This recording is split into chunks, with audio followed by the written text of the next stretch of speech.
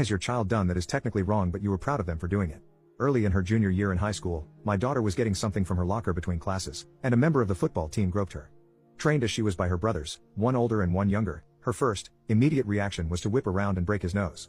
Both of her brothers learned early not to get into physical fights with her, as she fights dirty. On his way down, she followed up with a swift kick between his legs, leaving Mr. Handy on the floor, bleeding, vomiting and holding his crotch. When I got to the principal's office, I found my darling little girl still looking all kinds of pissed off, the kid, no longer bleeding or holding his crotch, and both of his parents.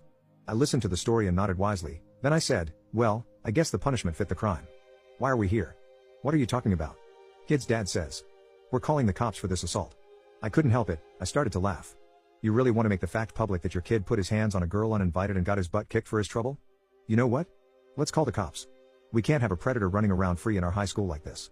Then the principal, a nice enough woman, tried to calm things down by saying that both of the kids would, of course, have detention for their inappropriate behavior.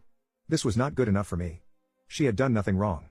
I asked if it was official school policy that a young woman passively allow herself to be groped, and then noted that might be the best explanation for the way that Mr. Handy felt free to go around groping girls without their permission. Then I mentioned the magic word. Lawsuit. Suddenly, my daughter wasn't in trouble any longer. On the way home I suggested that she owed her brothers for teaching her to stand up for herself. So, she was technically in the wrong according to the principal, but I thought what she did was both hilarious and fitting to the situation.